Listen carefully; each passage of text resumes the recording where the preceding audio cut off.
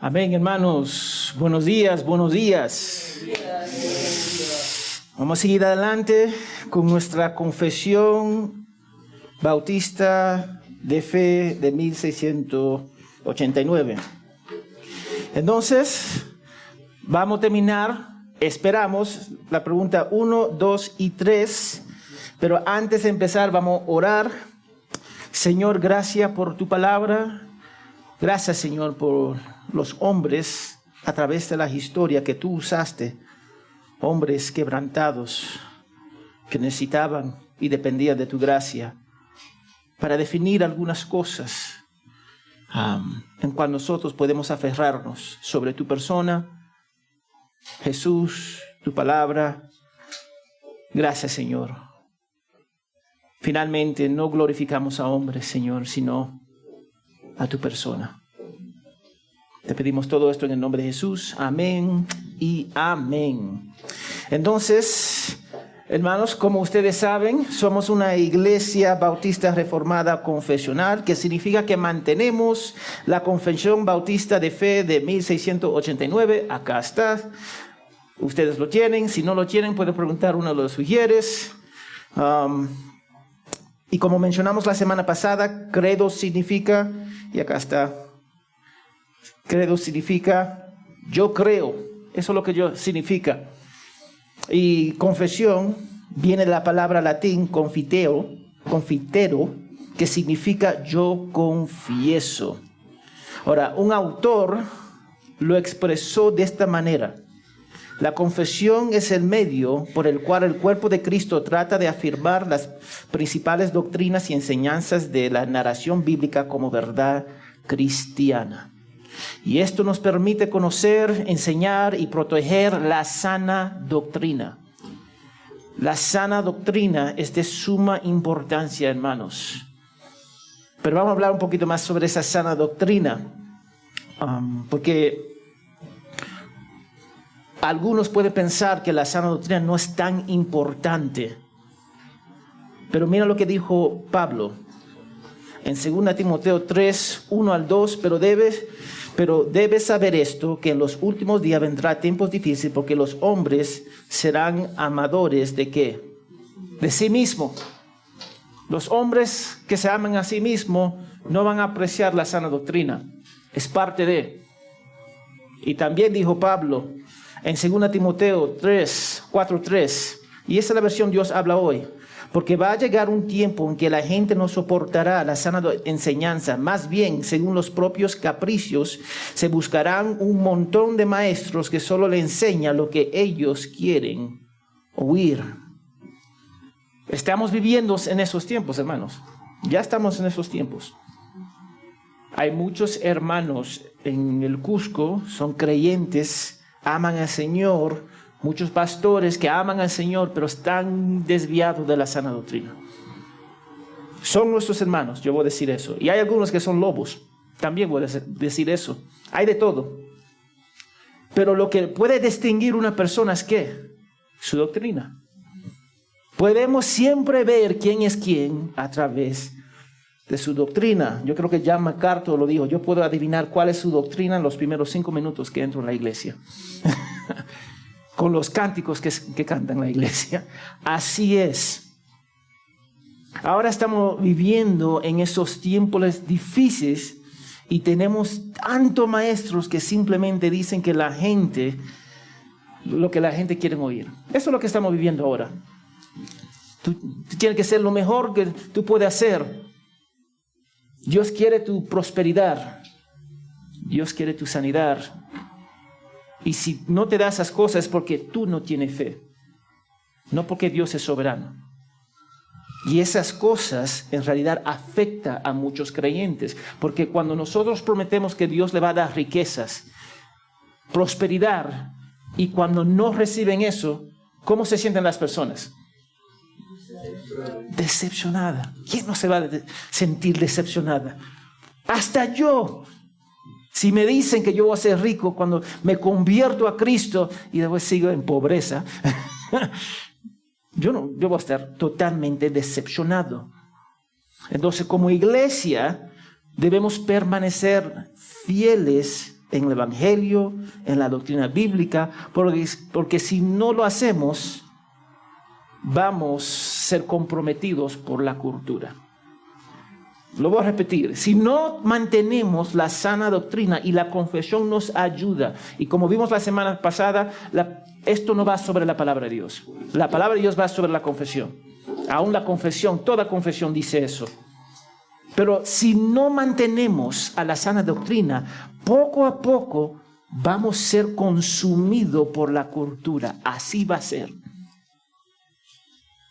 Pastor Ángel. Quería compartir un pequeño comentario. La confesión, si bien es cierto, una confesión no está por encima de la palabra de Dios, sino por el contrario nos ayuda a delimitar qué entendemos de la palabra de Dios. Quería compartir, hace un par de días escuché a un pastor, le estaban haciendo una entrevista a un pastor bien famoso, y le preguntaban a ese pastor, ¿no? ¿Por qué, si usted es pastor, por qué no habla mucho de la Biblia? Nos hemos dado cuenta que usted habla de muchas cosas, muchos temas interesantes, pero usted no habla de la Biblia. Y queríamos saber por qué usted, siendo pastor, no habla de la Biblia. Y la entrevistadora que habló no era cristiana, simplemente le llamó la atención que un pastor no menciona la Biblia cada vez que hacía su presencia, ¿no?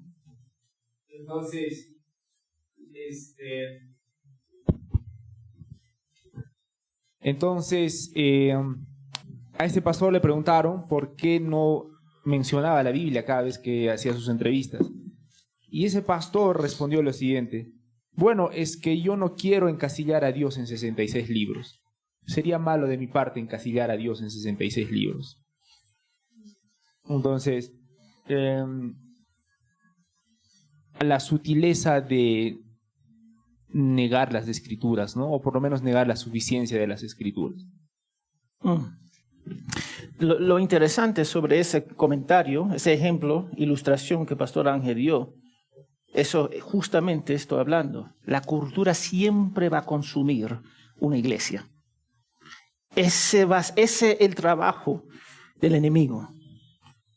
Porque si nosotros abandonamos la palabra de Dios, ¿qué tenemos? ¿Qué ofrecemos a un mundo muriendo y cayéndose cada día?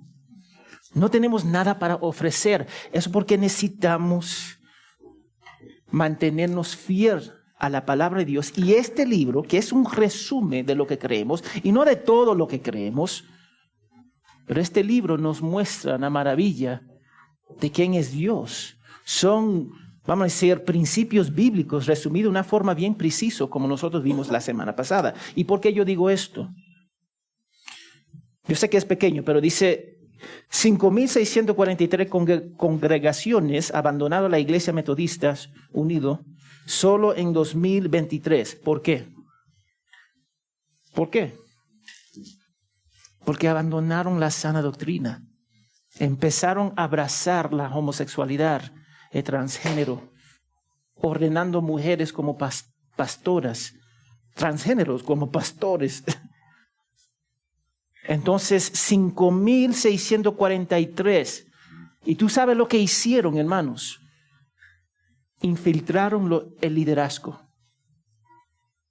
Entonces, cuando infiltraron el liderazgo, los miembros no podían hacer nada.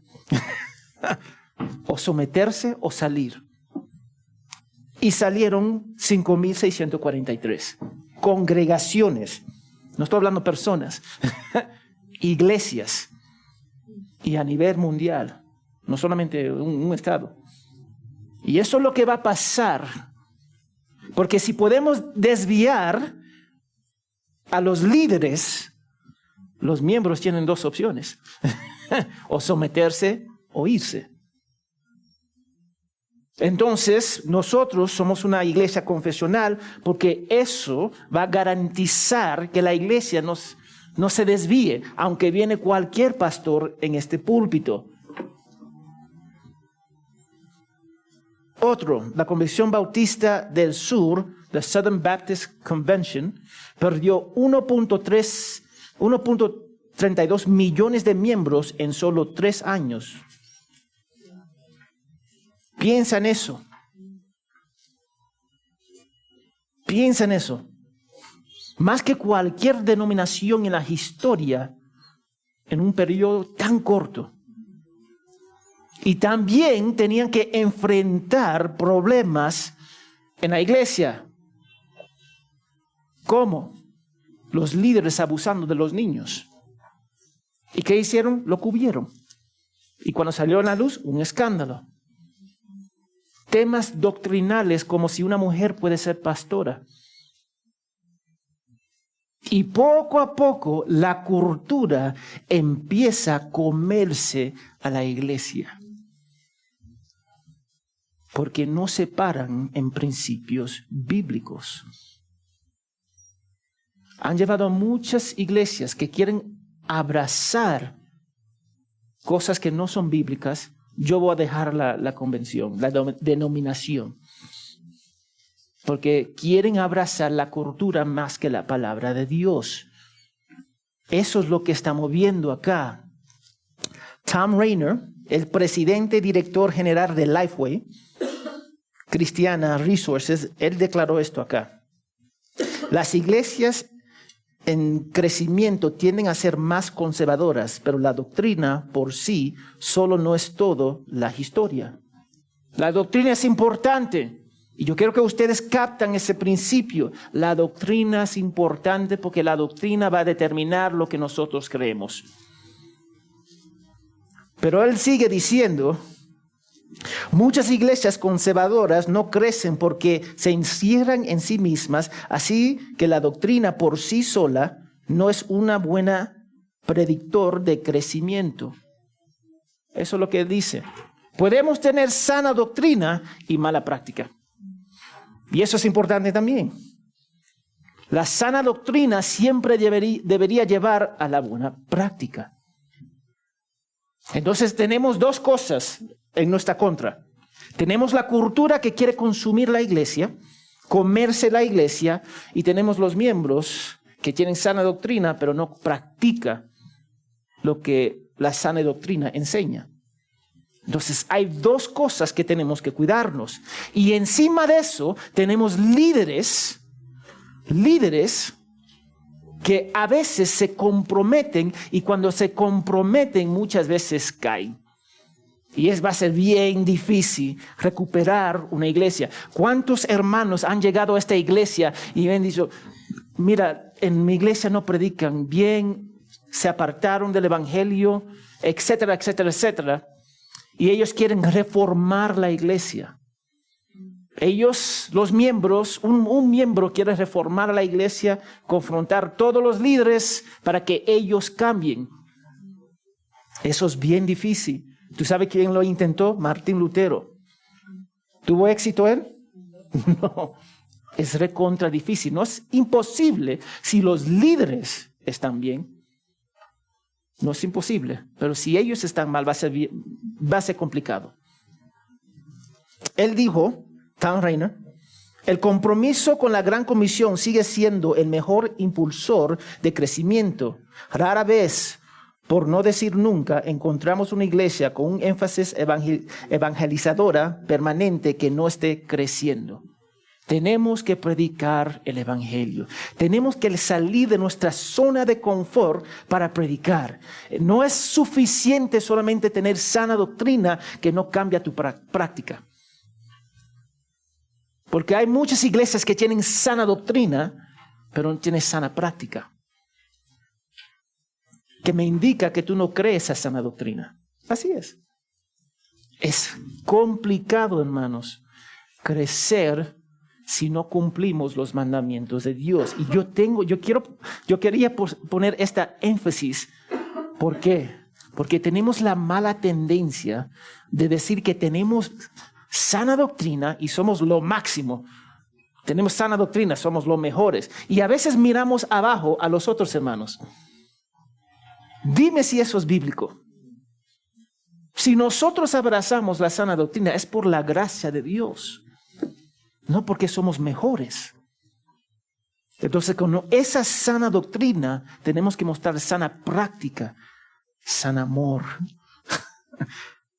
Tenemos que ser firmes en los principios y nuestras convicciones para la gloria de Dios.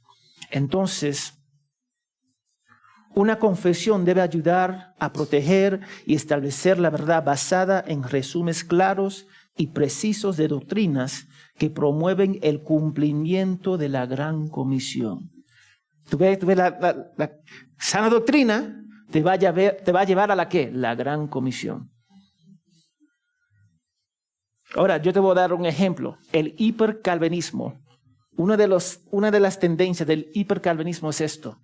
Ellos dicen, tú no tienes que evangelizar. ¿Tú sabes por qué? Porque Dios es soberano. Eso es lo que dicen. Pero ¿qué dice Mateo 28 en la Gran Comisión? Ir y hacer discípulos en todas las naciones, bautizándolos en el nombre del Padre, el Hijo y el Espíritu Santo. Eso es lo que dice la palabra de Dios. Entonces, el hipercalvinismo lleva a la persona para decir que no voy a evangelizar. ¿Qué está mal? Es como la idea, un varón tiene interés en una mujer y él simplemente dice, Dios la va a conquistar por mí. Y no dice nada a la mujer. Él va a esperar años, va a llegar las canas y jamás se va a casar. Yo escuché eso, hermano David. Pero nosotros estamos llamados a predicar el evangelio. Y la sana doctrina debería impulsar eso para la gloria de Dios, no porque somos mejores, porque sino Dios es grande, es precioso, es santo, santo, santo. Entonces, la confesión de fe anima y promueve la unidad contestando la pregunta, ¿cuánto debemos creer para construir la unidad dentro del cuerpo? Eso es lo que promueve. Una vez más, yo creo en Cristo. ¿Quién no cree en Cristo acá? Amén, todos creemos en Cristo. Pero esto nos da las doctrinas principales que son resúmenes de la Biblia en lo que nosotros creemos. Eso es una confesión. Nada más y nada menos. Acá no hay nada extra, vamos a decir. Y si ustedes se dan cuenta, cada pregunta dice algo, la información, y después da todos los versículos abajo para que ustedes puedan verificar que no estamos hablando simplemente para hablar. Pero eso debería unirnos y también dividirnos. ¿En qué sentido? Mira, yo amo a mis hermanos presbiterianos.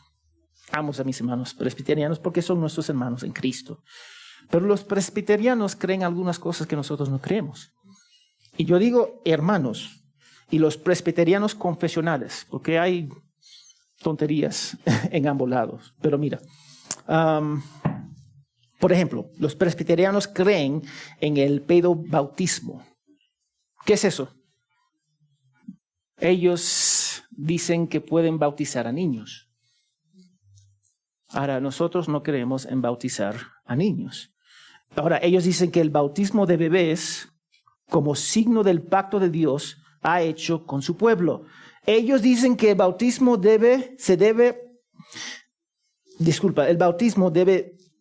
es la continuación del signo de la circuncisión del Antiguo Testamento. Entonces, la circuncisión era para todos los varones, amén, en el Antiguo Testamento. En el Nuevo Testamento es el bautismo. Entonces, ellos bautizan a niños. Los bautistas, en cual nosotros somos, creen en el credo bautismo. ¿Ustedes saben lo que significa credo bautismo? Nosotros solamente bautizamos a personas que pueden profesar que han puesto su fe en Cristo. Eso es lo que nosotros creemos. Y los bautistas ven el bautismo de niños, de bebés, como ilegítimo. Así es. Los bautistas creen que cada iglesia es autónoma, gobernada por sus líderes y miembros. Los presbiterianos tienen diferentes niveles de gobierno. Un grupo de iglesias locales estará formado por un presbiterio. Entonces, varias iglesias forman un presbiterio. A nivel vamos a decir, local, a nivel de su distrito, a nivel estatal y a nivel nacional. Una iglesia bautista selecciona personalmente a los pastores a partir de los criterios que ellos eligen. Y a veces los bautistas ponen criterios que no se encuentra en la Biblia. Tiene que ser doctorado. Eso no lo dice la palabra de Dios. Pero yo entiendo la importancia de los estudios. No quiero menospreciar los estudios. Y normalmente ellos basan esos requisitos en 1 Timoteo, Tito y Pedro.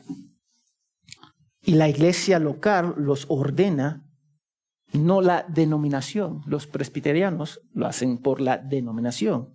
En la iglesia presbiteriana son ordenados por el presbiterio, el conjunto. Y cuando hay una necesidad de pastor, ellos envían a un hombre y la iglesia tiene que afirmar que quieren ese hombre como su pastor. Pero la congregación no elige el hombre, solamente afirman. Y la ordenación solo ocurre a nivel denominacional, de denominación. Ahora, yo considero las iglesias presbiterianas confesionales como mis hermanos. Son mis hermanos en Cristo, pero hay algunas iglesias liberales en ambos campos. Lo puedo decir, en los bautistas y los presbiterianos, que aceptan posturas que no se encuentran en la palabra de Dios. Hay iglesias que aceptan el aborto, bautistas y presbiterianos. ¿Eso es bíblico? ¿Por qué? ¿Por qué no es bíblico, hermanos? ¿Por qué? Es quitando vida. Es un crimen. Yo creo que es un crimen en frente de los ojos de Dios. Estamos matando un bebé simplemente por conveniencia. Una persona creada a la imagen de Dios. Eso no es bíblico. Muchas iglesias que no son confesionales son más aptos para apartarse. No todos, ojo, voy a ser sincero, no todos. Muchas iglesias que no mantienen la sana doctrina, si tú entras a su iglesia, te vas a sentir más como un concierto que una iglesia. Con humo, con luces y todas esas cosas. Ahora, una vez más, esas cosas no son malas en sí mismos si no se apartan de la palabra de Dios. Pero no lo veo como necesario para glorificar a Dios. Entonces nosotros como iglesia tenemos que entender y afirmar confesión. Como yo mencioné la primera vez, hay muchas confesiones. A mí, ustedes deberían leerla, porque son excelentes. ¿Pero por qué? Porque nuestros padres, durante la historia, durante la iglesia primitiva, tuvieron que, vamos a decir, debatir herejías, ideas, filosofías que no eran bíblicas, como el libre albedrío, la iglesia, la justificación, la persona de Cristo, etcétera, etcétera, etcétera. Yo lo mencioné la semana pasada. Nosotros tenemos, ¿quién es Dios? Un Dios, 3 personas. ¿Tú sabes cuánto tiempo demoraron ellos para llegar a esa conclusión? Fue un tiempo con varios concilios y peleando y llegaron a una conclusión. Y cada palabra fue seleccionada con precisión para definir lo que nosotros creemos. Y eso es precioso. Una vez más, a mí no me gusta hacer trabajo extra. Si alguien lo escribió, amén, lo va a utilizar. Entonces, vamos a seguir. Acá, el 9. ¿Quién puede leer el 9? Estamos en la pregunta 1, que yo creo que es página... A ver. Página 9, empieza en página 9 y termina el 10. ¿Quién puede leer? Micrófono, por favor. Es página 9, al final. Elías, ¿puede leer, por favor?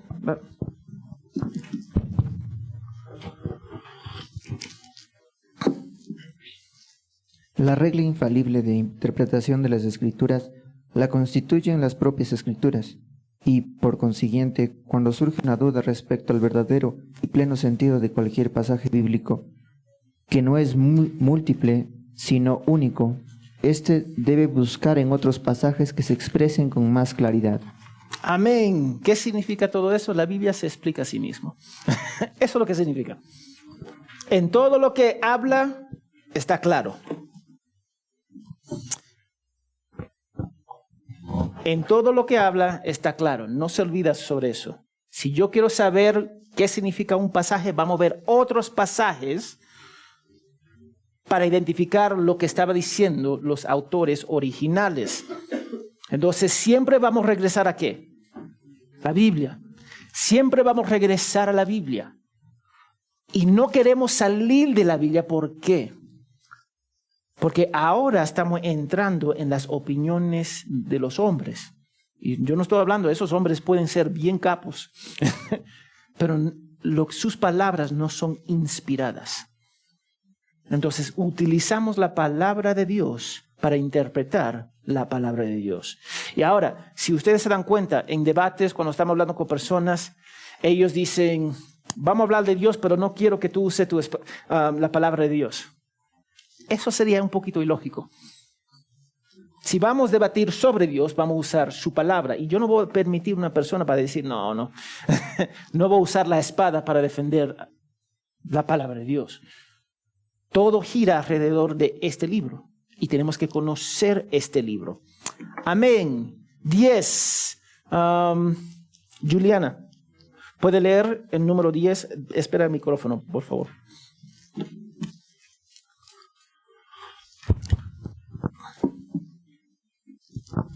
El 10 dice, el juez supremo por el que deben decidirse todas las controversias religiosas y por el que deben examinarse todos los decretos de concilios, las opiniones de autores antiguos, las doctrinas de hombres y espíritus particulares, y cuya sentencia debemos acatar. No puede ser otro sino las sagradas escrituras entregadas por el Espíritu. A dichas escrituras así entregadas se reduce nuestra fe en definitiva. Ok, en palabras sencillas, ¿cuál es la autoridad final? La palabra de Dios es la autoridad final. No el pastor me dijo, no así lo hacemos acá, sino la palabra de Dios. Eso es la autoridad final. Si ustedes se dan cuenta, cada vez, como mencioné la semana pasada, que damos consejo, siempre es con ¿qué? La palabra de Dios, porque finalmente, ¿cuál es la autoridad? La palabra de Dios. Entonces, la importancia de las escrituras es profunda y muchas veces olvidamos que es la palabra de Dios que dirige esta iglesia y debe dirigir a nuestras vidas. Amén.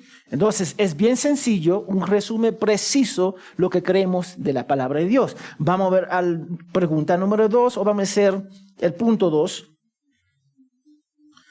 Que dice, el Señor nuestro Dios es un Dios único, vivo y verdadero. Amén.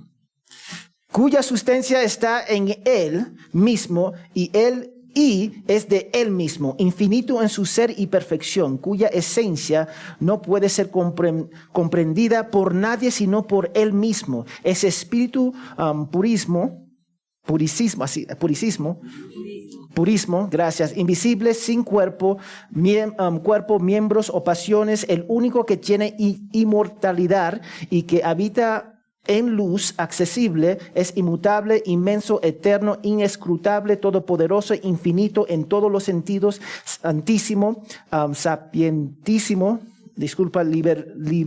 liberimo, absoluto en que hace todas las cosas según el consejo de su inmutable y justísima voluntad. Por su propia gloria es amantísimo, benigno, misericordioso, longanimino, longamio, gracias, abundante en bondad y verdad, perdonando la iniquidad, la transgresión y el pecado, galardonador, de los que buscan con diligencia y sobre todo justísimo y terrible en su juicio, que odia todo pecado y que en ninguna manera dará por inocente al culpable. Dios es sabio. Dios es eterno. Él es perfecto, Él es único y no hay nadie como Él. Ahora, todos los versículos que podemos ver debajo de eso, y son muchos, si ven todos esos versículos para aportar esta descripción de la palabra de Dios, de quién es Dios.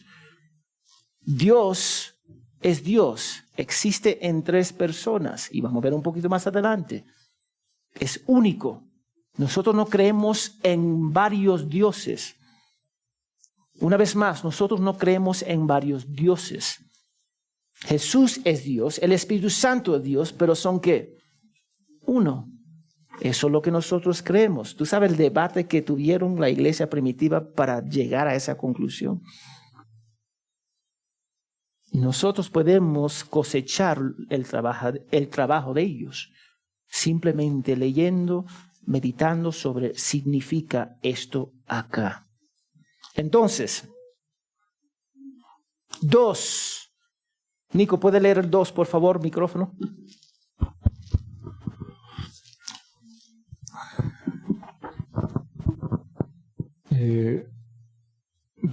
Aunque Dios,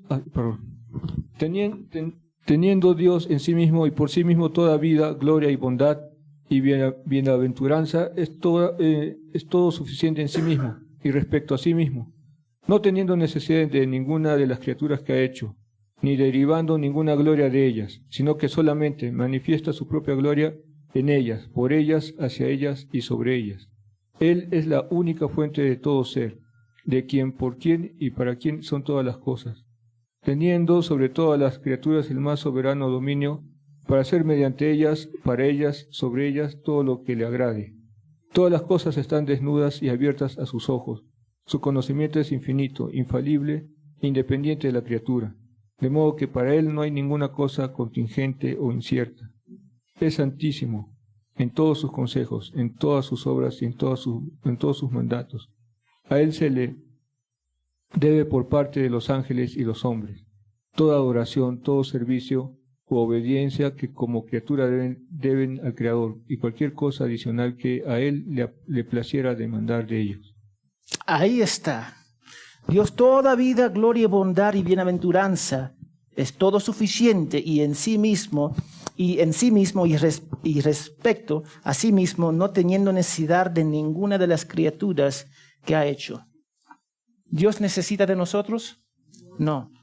Yo voy a repetir eso porque una vez más, tú vas a encontrar personas, aún en nuestras familias, Dios necesita nuestras oraciones. Él no necesita nada de nosotros. Y tenemos que entender quién es el Dios en cual nosotros adoramos. Dice, de quién y por quién y para quién son todas las cosas, incluyendo nuestras pasiones, nuestros deseos, nuestro propósito. Todo le pertenece a Él. Y Él es soberano y tiene dominio sobre todas las cosas. Yo quiero que ustedes vean, y Dios es sabio, Él conoce todo. ¿Hay algo que podemos esconder de Dios? Absolutamente nada. Para Dios, nosotros, una vez más, yo creo que el pastor ella lo mencionó, nosotros a veces vemos a Dios, nosotros pensamos en pasado, presente, futuro. Para Dios todo es presente. Para Él nada es en pasado, Él es Dios. Y para Él nada sale de su conocimiento, porque Él es Dios. Y mira lo que dice el final, a Él se le debe por parte de los ángeles, los hombres, toda adoración, todo servicio u obediencia que como criaturas deben al Creador, y cualquier cosa adicional que Él le placiera demandar de ellos. Ahora, dame decir esto. Él es Dios. Él demanda cómo nosotros debemos vivir. ¿Eso es justo? Sí, es justo.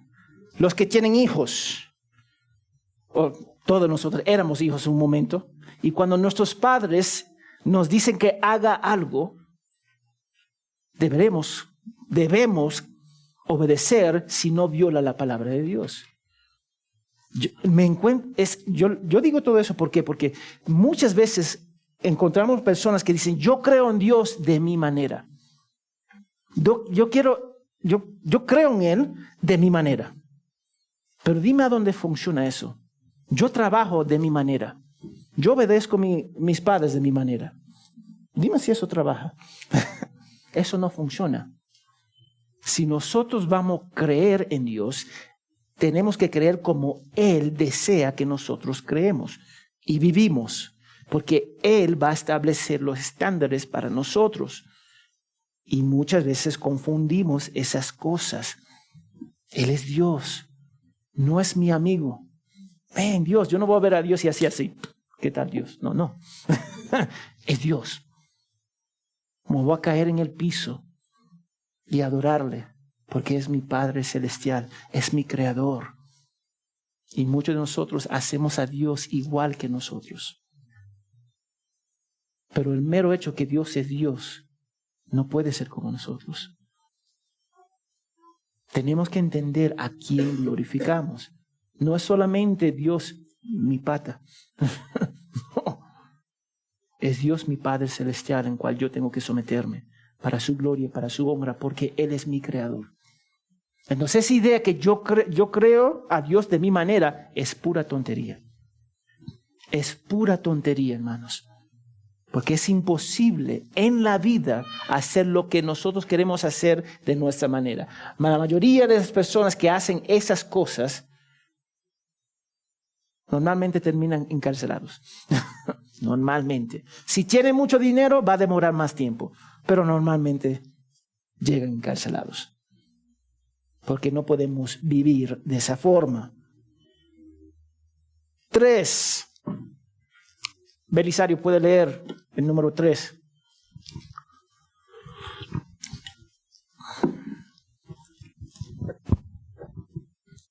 En este ser divino e infinito hay 3 subsistencias: el Padre, el Verbo o Hijo y el Espíritu Santo, de una sustancia, un poder y una eternidad, teniendo cada uno toda esencia divina, pero la esencia indivisa. El Padre no es de nadie, ni por generación ni por procesión. El Hijo es engendrado eternamente del Padre, y el Espíritu Santo procede del Padre y del Hijo. Todos ellos son infinitos, sin principio, y por tanto son un solo Dios. Sin principio y por tanto son un solo Dios, que no hace de ser dividido en naturaleza y ser, sino distinguido por varias propiedades relativas, peculiares y relaciones personales. Dicha doctrina de la Trinidad es el fundamento de toda nuestra comunión con Dios y nuestra consoladora dependencia de Él. Amén. Gracias. Y gracias, hermana Carla, por darle un vaso de agua. Dios es 3 y 1. Yo quiero que ustedes captan eso. Eso es lo que los protestantes en realidad creen. Es un solo Dios, 3 personas distintas, pero coeternos. Igual en esencia, es Dios. Nosotros solamente creemos en un solo Dios. Entonces hay algunos que dicen que son cristianos, que dicen que Dios se aparece de 3 formas, pero no se puede aparecer con los 3 al mismo tiempo. O es Padre, o es Hijo, o es Espíritu Santo. Y eso también está mal. Y se pasan como ser creyentes, pero eso no es lo que explica la Biblia. Y podemos ver todos cuando cuando Jesús aparece a Pedro, a Juan, en el monte, transfiguración. Ahí vemos el Padre, el Hijo y el Espíritu Santo. Ahí está. En el bautismo vemos el Padre, el Hijo y el Espíritu Santo. Entonces, creemos en un solo Dios, en 3 personas distintas. Y eso es nuestra posición. Y ustedes tienen que abrazar eso. Para ser creyente, eso es importante, hermanos, abrazar eso. No podemos decir, yo soy cristiano, creo en Cristo, pero no creo que Cristo es Dios. Ya se apartan de lo que nosotros decimos que es bíblico. Entonces, por favor, vean lo que estoy diciendo acá y vean cómo estos autores describieron a Dios. Y lo hicieron un párrafo, pero ese párrafo es potente. Porque nos da claridad de quién es Dios. Ahora, ¿nos dice todo lo que es Dios? No. Ojo. Nosotros solamente tenemos lo que tenemos en este libro. No vamos a ver de forma total quién es Dios, pero vamos a pasar la eternidad creciendo y aprendiendo de Él. Y eso es precioso. Amén. Y hay mira, todos los versículos ahí, ustedes pueden verificar. ¿Sí?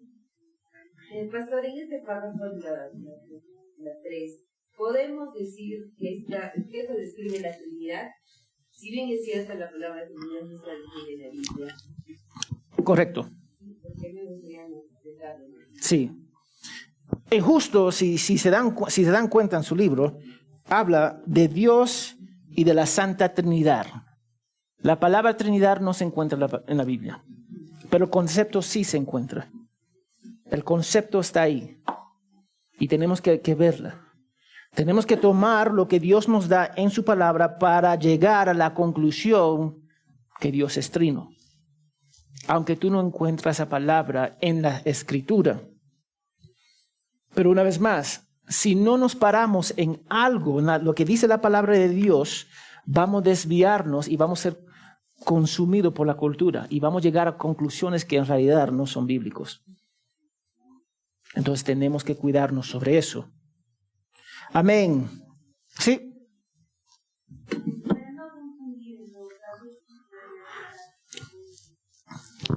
Porque la cuarta línea dice: el Hijo es engendrado eternamente del Padre, y no debería confundirlo con otras congregaciones que no son cristianos. Confunden que Cristo es la mayor creación de Dios y Cristo no es creación. Sí. Pero cuando dice el Hijo es engendrado eternamente del Padre, en todo caso, sí podría aclarar para que no haya una confusión. Vamos a Juan 1:1, por favor.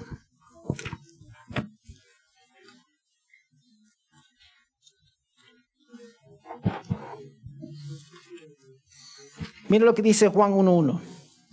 En el principio ya existía el verbo. Algunas versiones dice palabra. Y el verbo estaba con Dios y el verbo era Dios. Cuando nosotros pensamos que el Hijo fue engendrado, tenemos que pensar que nosotros pensamos que fue creado. Pero el Hijo siempre estaba. Es la palabra de Dios hecha carne. Procede de Dios.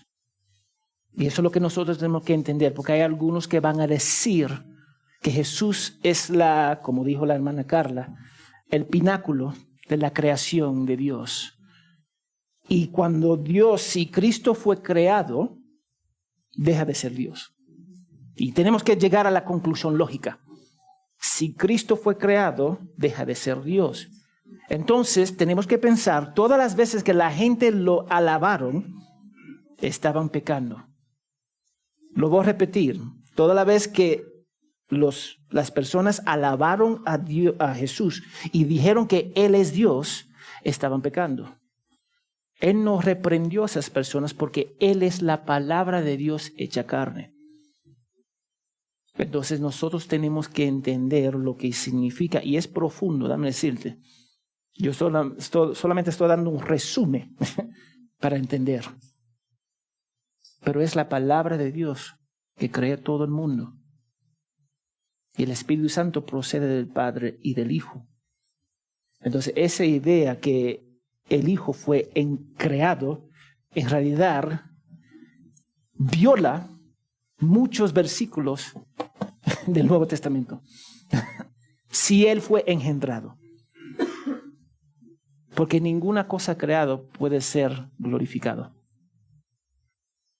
Yo creo que ustedes captan eso.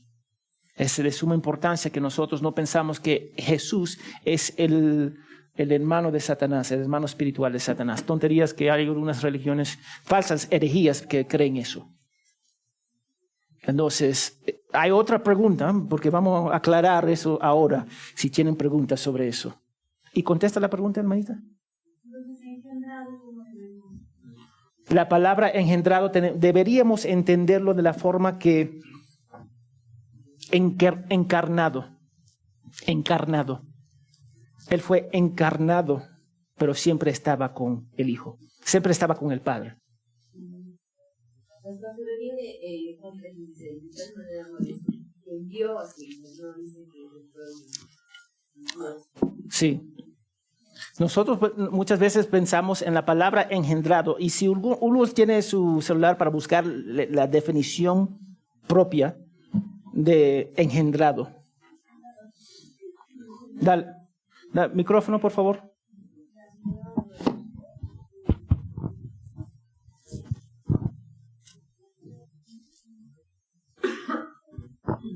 Dice, engendrar es dicho de una persona o un animal, dar vida a un nuevo ser. ¿Ok? Encarnación. Si yo puedo, la mejor forma de entenderlo, y yo voy a investigar un poquito más para darte una respuesta más, vamos a decir, preciso. Pero cuando nosotros pensamos en engendrado, muchas veces pensamos que Jesús fue creado. No, se hizo hombre.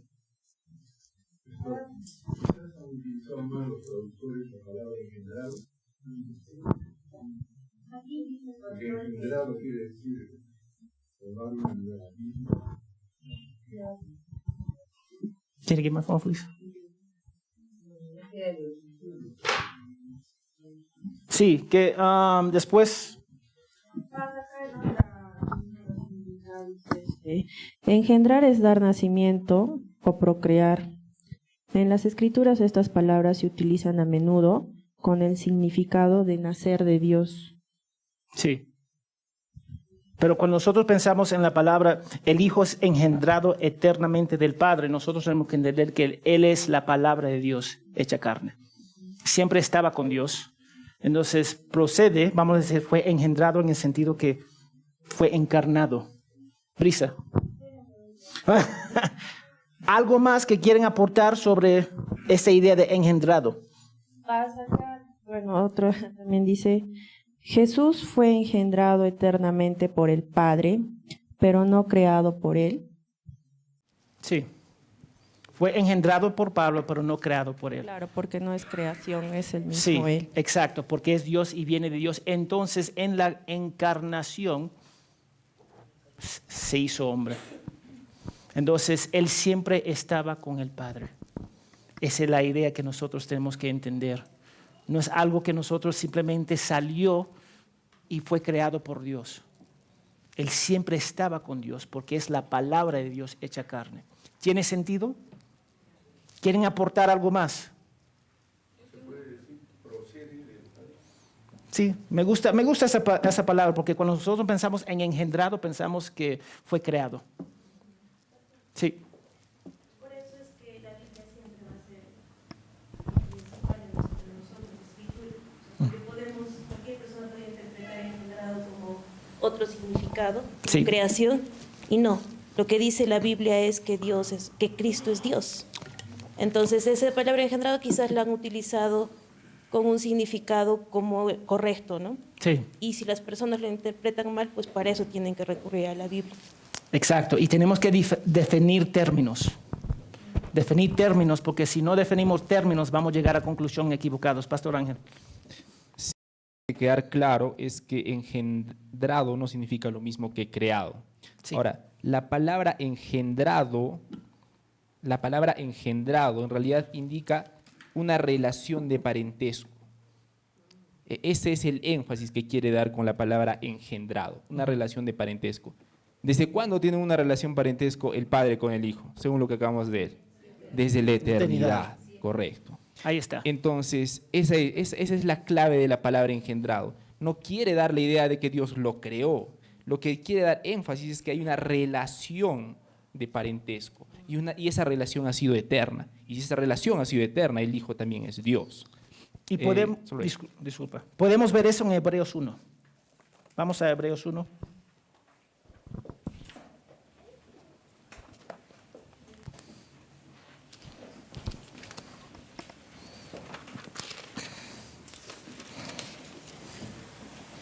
Hebreos 1 dice, Dios, habiendo hablado de mucha manera, de mucho tiempo, hace mucho tiempo, en muchas ocasiones y muchas maneras a los padres de los profetas, en los últimos días nos ha hablado por su Hijo y constituyó heredero de todas las cosas, por medio de quien hizo también el universo. Él es, acá está, el resplandor de su gloria y la expresión exacta de su naturaleza. Él procede del Padre y sostiene todas las cosas por la palabra de su poder. Entonces, cuando nosotros pensamos en engendrado, podemos mejor dicho, procede del Padre y es exacto. Entonces, es porque Él puede decir, ver a mí es ver al Padre. Son cosas, en realidad son bien complicadas. Y no vamos a entender todas las cosas, pero no podemos confundir términos. Porque cuando confundimos términos vamos a perder el punto principal. Porque muchos van a decir, Jesús fue engendrado, entonces Él fue creado. Eso es la conclusión lógica que muchas gentes llegan. Pero, pastor, al decir engendrado, nos referimos a un nacer de algo, ¿verdad? Pero en sí, el mismo hecho humano, cuando yo engendré a Sergio, yo no lo creé. Fue Dios el que lo creó. Sí. Sí. Y una vez más, esos dos versículos que nosotros vemos puede causar, bueno, los dos versículos aclaran esa idea de engendrado. Pero finalmente Jesús es la misma sustancia de que es Dios el Padre. Y eso porque Él puede recibir adoración, eso porque Él puede decir que Él es el verbo hecho carne. Él puede decir, yo voy a regresar al Padre.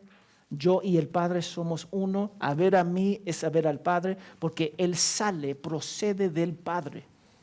Entonces es eterno, igualito que el Padre. Entonces es Dios. Son conceptos profundas, pero conceptos de suma importancia. Otra pregunta, porque tenemos que aclarar las cosas. ¿Otras preguntas? Sí, sí. Sí. Ahí, usa el micrófono, por favor. Es para la audiencia que está. Sí, pastor, mi inquietud era, en todo caso la Biblia dice que es el unigénito Hijo de Dios. Sí. Entonces Jesús tiene la esencia del Padre, o sea, sí, tiene las cualidades del Dios Padre. Sí. Entonces, como tal, es procedente de él. Exacto. Es el unigénito Hijo de Dios. Nosotros somos hijos de Dios, ¿en qué sentido? Somos adoptados. Eso es distinto, pero Él es el Hijo unigénito porque procede de Él. Entonces, Él tiene la misma naturaleza del Padre. Eso es lo que nosotros estamos hablando. Y como la hermana Brisa mencionó, ella engendró a Sergio y él tiene la naturaleza de su mamá y un poquito de su papá, pero finalmente también es una persona individual. y es creado, Dios le dio la vida. Pero cuando nosotros pensamos en Cristo, Él procede del Padre, nunca fue creado y es perfecto. Entonces, eso porque Él puede decir todas esas cosas que nosotros vamos a encontrar como extraño. Yo y el Padre soy uno. Como el Padre no descansa, como el Padre trabaja, yo sigo trabajando. Recibir, Dios mío, y Él recibe esa alabanza.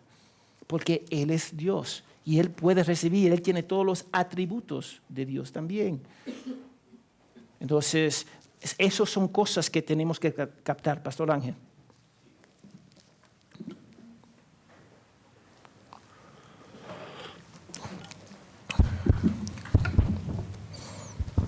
Quería aprovechar en leerles Juan 5:18.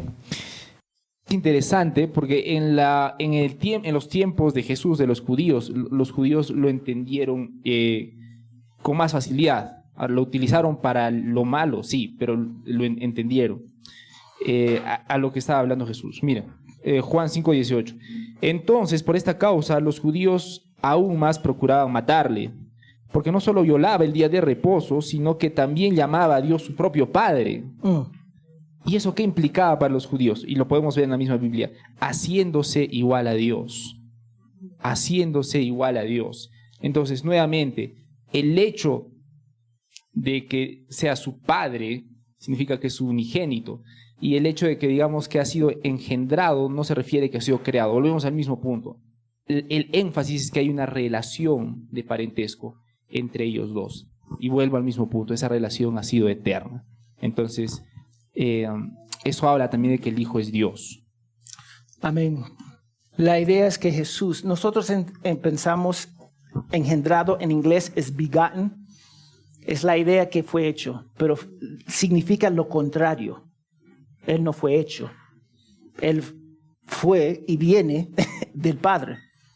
Entonces nosotros, la mayoría del mundo piensa al revés sobre esa idea de engendrado.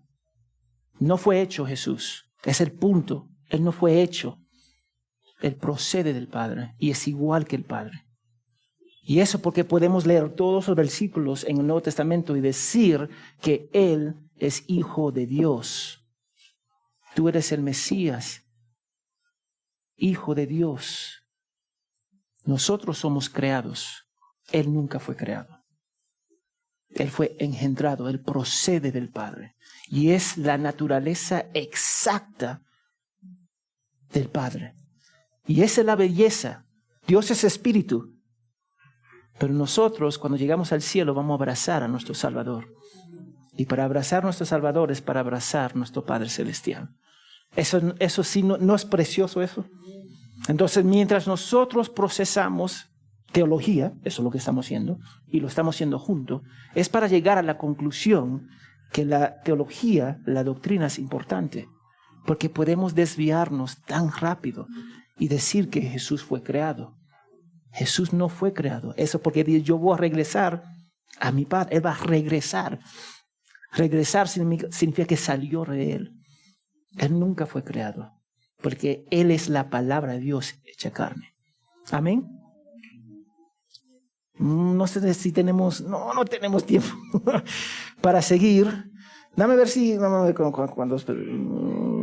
No, vamos a esperar eso para la semana que viene. Algunas personas tienen más preguntas sobre la Biblia y la Trinidad. Para aprovechar el tiempo, porque no quiero hacerlo rápido, lo que viene, porque esas cosas de suma importancia, porque queremos salir de nuestras dudas. Es el punto. ¿Amén? ¿Otras preguntas? Angie. Respecto a la oración y las peticiones, entendemos que Dios en la Trinidad tiene los mismos atributos. Sí. Dos de las peticiones, algunos piden al Padre, al Hijo, al Espíritu Santo. Toma el micrófono para... Respecto a la Trinidad, ¿no? Sí. En caso de las oraciones y específicamente las peticiones, algunos piden al Padre, al Hijo, o más que todo al Espíritu Santo también, ¿no? Sí. Entonces, entendiendo que tienen los mismos atributos, ¿a quién exactamente se tiene que pedir, no? Yo normalmente, a mí me gusta, entendemos que Dios es Padre, Hijo y Espíritu Santo. Amén, excelente. Yo normalmente sigo la norma de la palabra de Dios. Pido cualquier cosa en mi nombre. Entonces yo pido al Padre y al Hijo. El Espíritu Santo es para exaltar al Hijo, para traer la convicción del pecado. Ahora, yo no digo que es malo en sí mismo. Yo no voy a decir que ustedes vayan al infierno a orar al Espíritu Santo, porque el Espíritu Santo mora en nosotros todos los días. Es el Espíritu Santo que está activamente presente en nosotros. Pero la norma, yo voy a hacer, según la palabra de Dios, pide en mi nombre, para su gloria, según su carácter, y el Padre va, en realidad, escuchar nuestras oraciones. Yo lo haría de esa forma y yo lo hago de esa forma personalmente. Y hay algunos teólogos que van a decir, tú puedes orar al Padre, al Hijo, al Espíritu Santo, que no es malo en sí mismo, porque todos son Dios. Pero a mí me gusta seguir la norma de la palabra de Dios. Sí.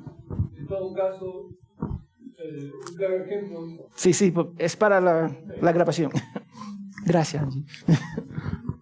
Bueno, un claro ejemplo de oración también está en el Padre Nuestro, pues. Sí. ¿No? Padre nuestro que estás en los cielos, santificado. Y eso es, una vez más, el ejemplo que a mí me gusta hacer personalmente, porque a veces yo encuentro extraño orando al Espíritu Santo. Encuentro extraño. Pero yo sé que el Espíritu Santo es Dios. Entonces yo sigo el ejemplo que Jesús mismo me da en la palabra de Dios. Hermana Juliana. Sí. Paz, claro, en nuestras oraciones siempre es el Padre primero, de ahí el Hijo, de ahí el Espíritu Santo. Entonces lo que podríamos decir es por el poder del Espíritu Santo que Él dejó en nosotros. Sí. Entonces eso sería lo correcto. Sí, pero una vez más, tú vas a encontrar teólogos que van a decir, tú puedes orar a los tres. En un sentido sí, porque todos son Dios. Pero yo sigo el orden que Jesucristo me da y lo puedo hacer por el Espíritu Santo que mora dentro de mí. Amén.